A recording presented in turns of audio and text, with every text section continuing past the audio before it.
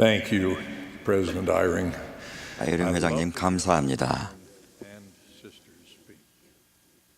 저는 저의 형제님들과 자매님들의 말씀을 듣기를 정말 사랑합니다.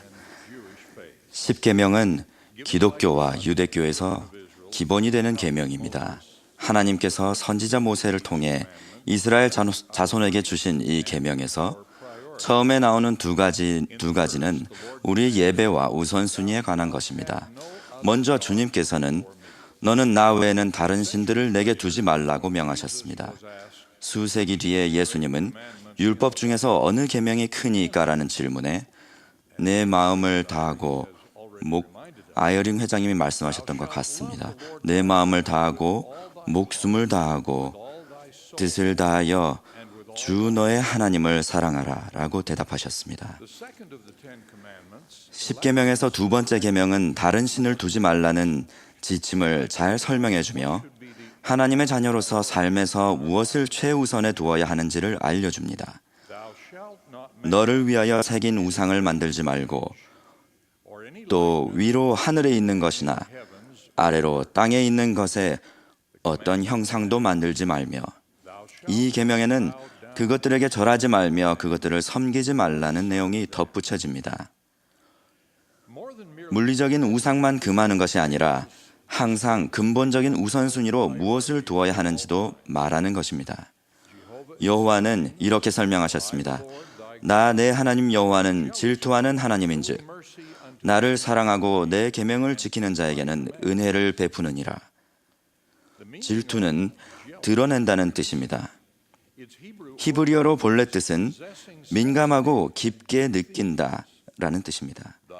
그러므로 다른 신에게 절하거나 그것을 섬기며 우선시할 때 우리는 하나님의 마음을 아프게 하는 것입니다. 오늘날 심지어 종교가 있는 사람들까지도 하나님보다 더 앞세우고 섬기는 다른 우선순위에는 어떤 것들이 있습니까?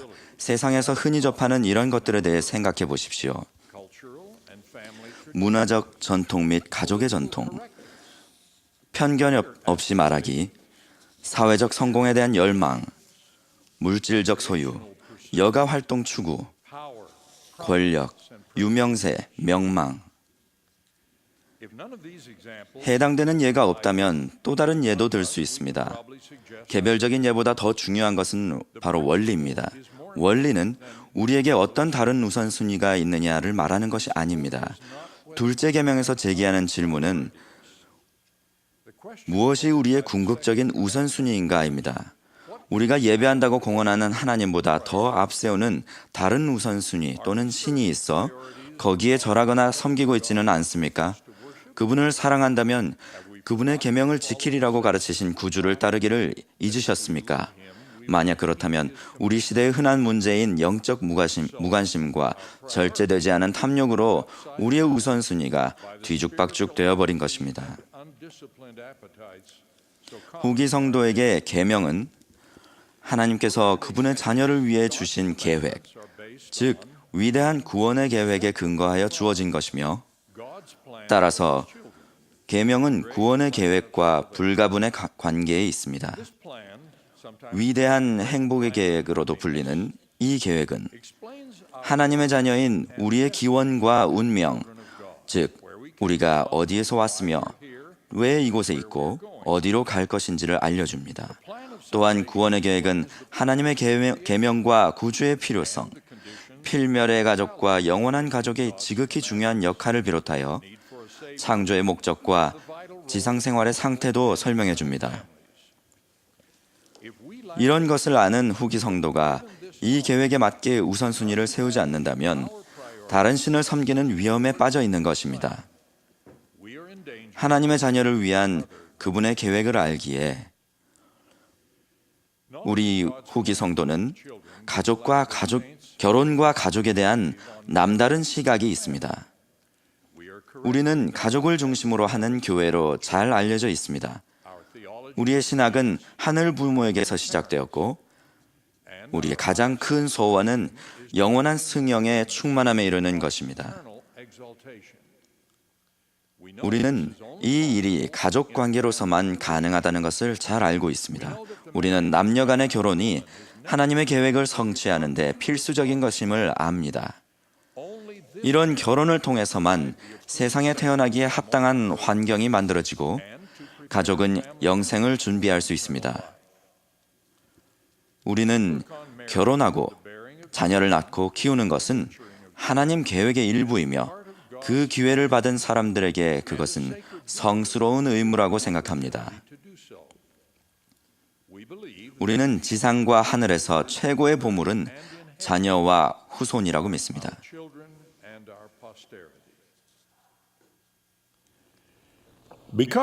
가족이 이룰 수 있는 영원한 역할을 알기에 우리는 역사적으로 기독교 및 유대교 문화권인 수많은 서구 국가에서 출산율과 결혼율이 급격히 하락하고 있는 현실을 슬퍼합니다. 신뢰할 만한 출처에서 나온 보고서는 다음과 같이 말합니다. 현재 미국은 역사상 가장 낮은 출산율을 보이고 있고 유럽의 많은 국가와 다른 선진국의 출산율은 현재 인구를 유지하기도 벅찬 상황입니다. 이런 현상은 문명을, 더 나아가 국가의 존립까지도 위협하는 수준입니다.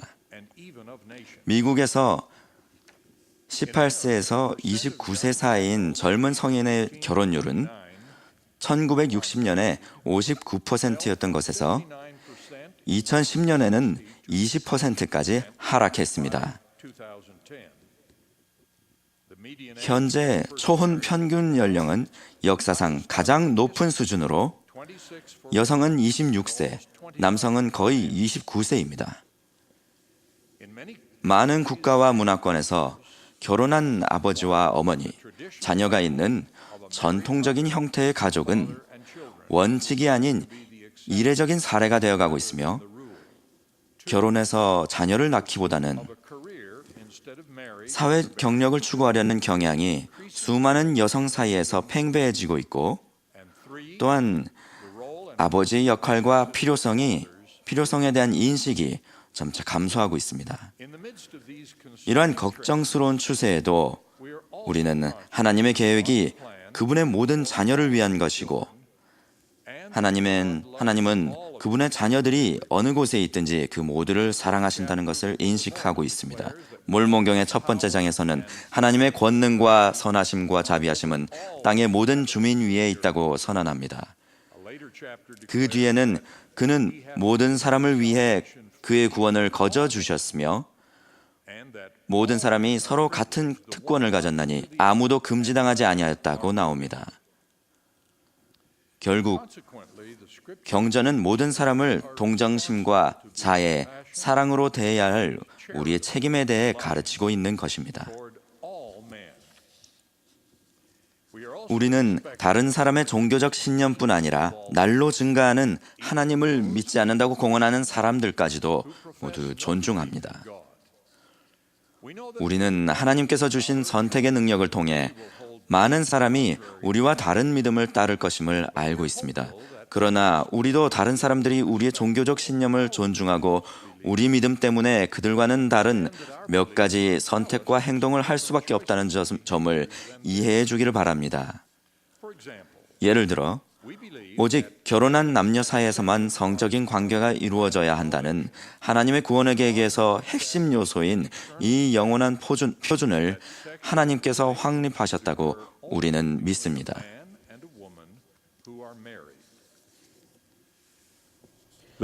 필멸의 생명을 창조하는 힘은 하나님께서 그분의 자녀에게 주신 가장 높은 차원의 능력입니다. 하나님께서는 아담과 이브에게 주신 첫째 계명에서 그 능력을 사용하도록 명하셨지만 그것의 남용을 금지하는 중요한 계명도 주셨습니다.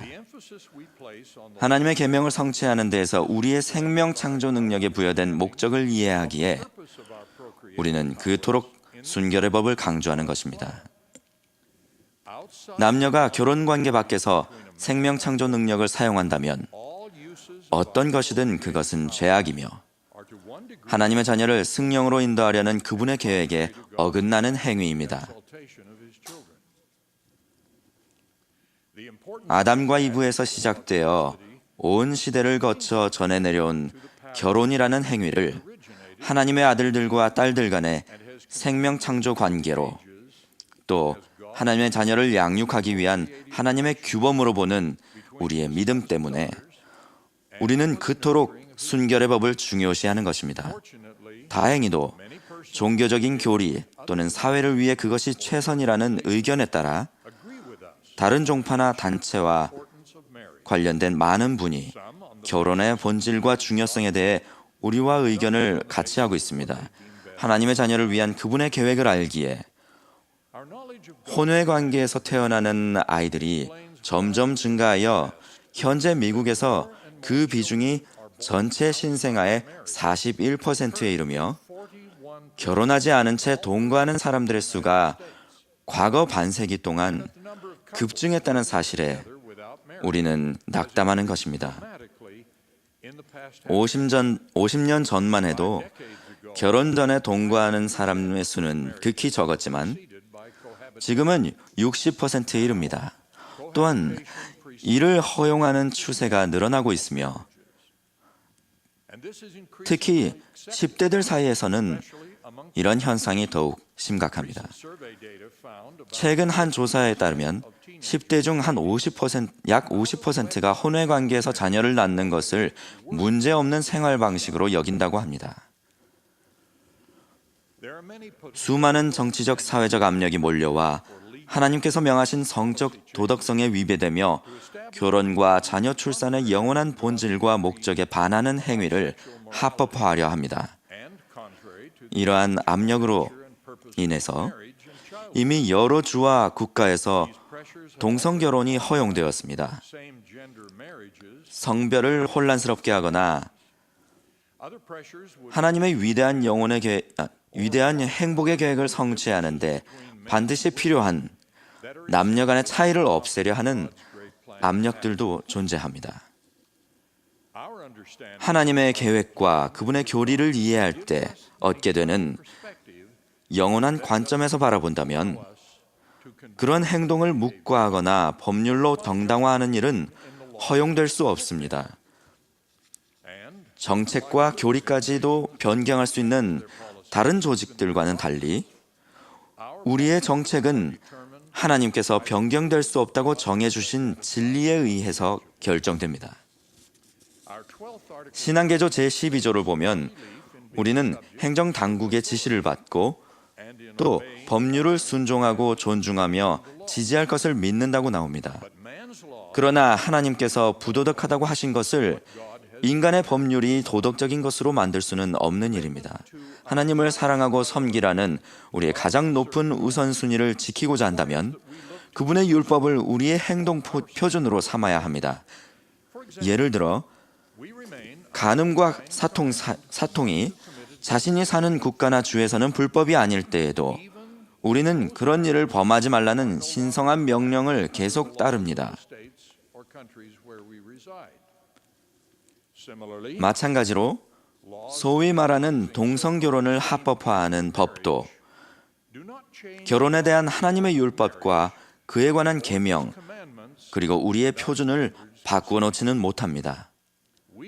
또 다른 신과 우선순위에 절하거나 섬기는 일이 설령 우리가 사는 시대와 장소에 만연해 있다 하더라도 우리는 하나님을 사랑하라는 성약 안에 남고 그분의 계명을 지키며 그러한 일들을 하지 않습니다.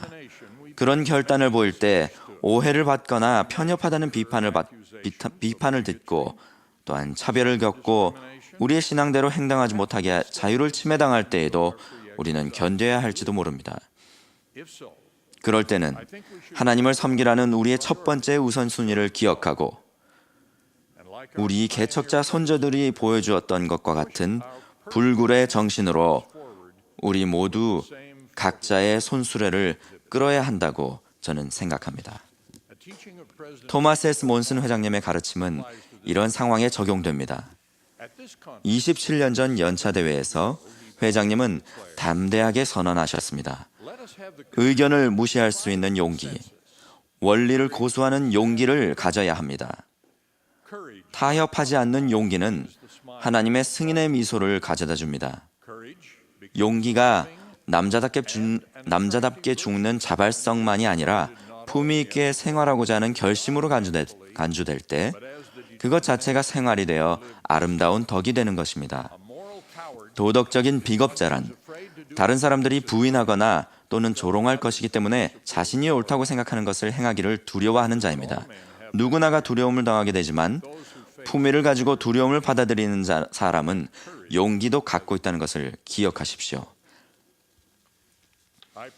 필멸의 생에서 겪는 일시적인 어려움 때문에 우리의 창조주, 우리의 구주께 받은 그 큰 계명과 우선순위를 잊는 일이 없기를 간구합니다.